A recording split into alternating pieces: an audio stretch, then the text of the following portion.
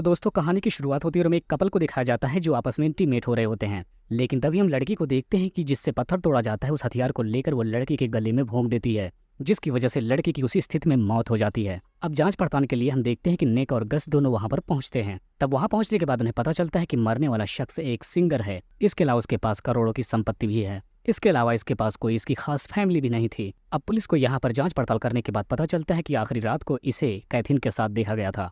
अब निक और गस पूछताछ के लिए उस लड़की के घर की तरफ निकल पड़ते हैं। अब निक वहां पहुंचने के बाद कैथिन के घर पर देखता है कि उसके घर पर कई साल पुराना पेपर रखा हुआ है। इसमें उसकी वही खबर छपी होती है जिसमें वो नशे में आकर कई सारे टूरिस्टों को गोली से हत्या कर दी थी। जिसके बाद हम देखते हैं कि अब कैथरीन को उसके घर से पुलिस स्टेशन लाया जाता है। अब यहाँ लाने के बाद जब उससे पूछताछ होती है तो कैथरीन जानबूझकर वहाँ पुलिस वालों को अपना प्राइवेट पार्ट दिखाने लगती है और इस बात से इसका अंदाजा लगाया जा सकता है कि कल रात हुए कत्ल में और इस लड़की के बीच क्या संबंध हो सकता है। इसके अलावा हमें यहाँ पर यह भी पता चलता है कि कैथरीन एक खास तरह की राइटर भी है और उसकी आखिरी किताब लगभग 6 महीने पहले पब्लिश की गई थी और उसकी इस बुक में हूबहू वैसे ही मर्डर का एक जिक्र है जैसा उसने कल रात को किया था। अब हम देखते हैं कि कैथरीन से लाख पूछताछ होने के बाद पुलिस वाले उससे कुछ भी हासिल नहीं कर पाते, जिसके बाद अब कैथरीन को ले जाकर उसका लाइट टेस्ट किया जाता है और इस बार भी वो बेगुनाह साबित होती है और झूठ बोलकर बच जाती है। अब अगले सीन में हमें दिखाया जाता है कि उसे छोड़ते दौरान निक को हिदायत दिया जाता है कि उस लड़की के ऊपर खास नजर रखी जाए, जिसके बाद हम देखते हैं कि निक उस पर कपड़े बदलते वक्त भी नजर बनाए हुए था। जिसके बाद वो फिर घर वापस आ जाता है, जिसके बाद उसकी काउंसलर भी घर पर आ जाती है। यहाँ दिखाया जाता है कि डॉक्टर बेथ और निक के बीच एक संबंध चल रहा होता है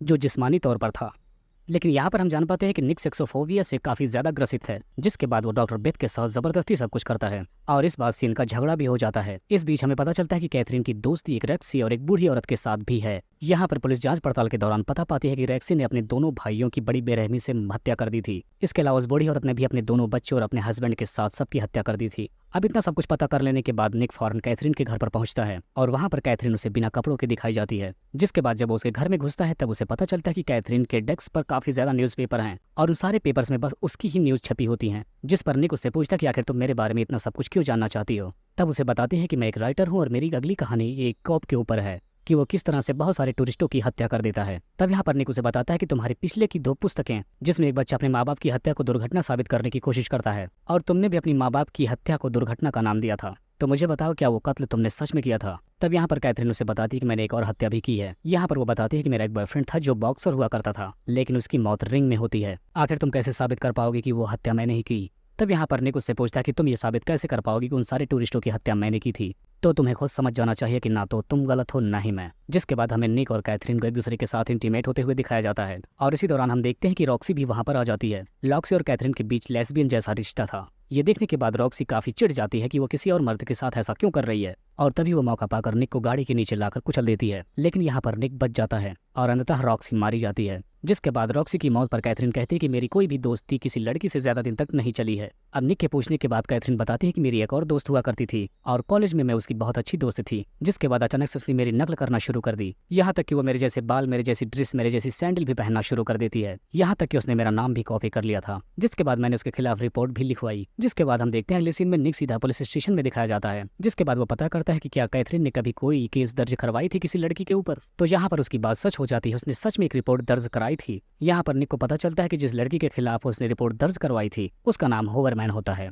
जिसके बाद निक उसको अपने सिस्टम में ढूंढने लगता है। तब उसे पता चलता है कि वो कोई और नहीं बल्कि डॉक्टर बेथ ही थी।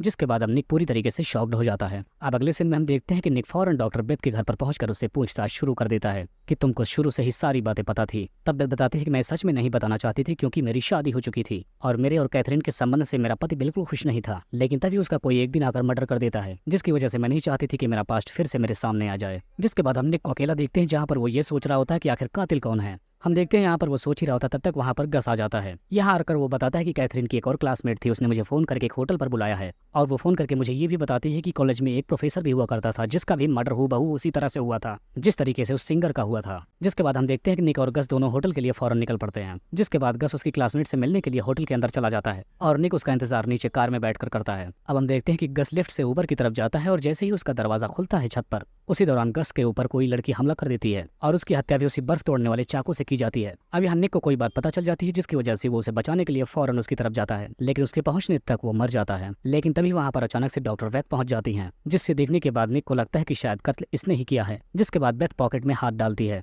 और कुछ वो निकालने ही वाली थी तब तक निक उसके ऊपर गोली चला देता है, जिसकी वजह से बेथ की भी वहीं पर मौत हो जाती है। अब जब निक जाकर उसकी जेब चेक करता है तो उसमें रूम की चाबी होती है। यहाँ पर निक को पता चल जाता है कि उससे बहुत बड़ी गलती हो गई है और तब तक वहाँ पर पुलिस भी आ जाती है, जहाँ पर पुलिस वालों को लिफ्ट में नकली बाल और बर्फ तोड़ने वाले चाकू और गोलियों के कुछ निशान मिलते हैं। जिसके बाद हमें दिखाया जाता है कि अब पुलिस डॉक्टर बेथ के घर की जांच कर रही होती है। जिसके बाद पुलिस वालों को उसके घर में बहुत सारी किताबें मिलती हैं जो कि कैथरीन ने स्वयं लिखी थी। इसके अलावा कॉलेज की फोटो और बहुत सारी ऐसी चीजें मिलती हैं जिससे साफ इशारा होता है कि ये सारे कत्ल डॉक्टर बेथ ने ही किए थे। और अब हमें कहानी के आखिरी सीन में दिखाया जाता है कि निक और कैथरीन आपस में इंटीमेट हो रहे हैं और इसी दौरान कैथरीन का हाथ बेड के नीचे रखे चाकू की तरफ जाता है। इससे हम साफ जान पाते हैं कि ये सारे कत्ल बेथ ने नहीं बल्कि कैथरीन कर रही है और अब वो इसे भी मारने वाली है। लेकिन तब तक हमारी कहानी का एंड हो जाता है।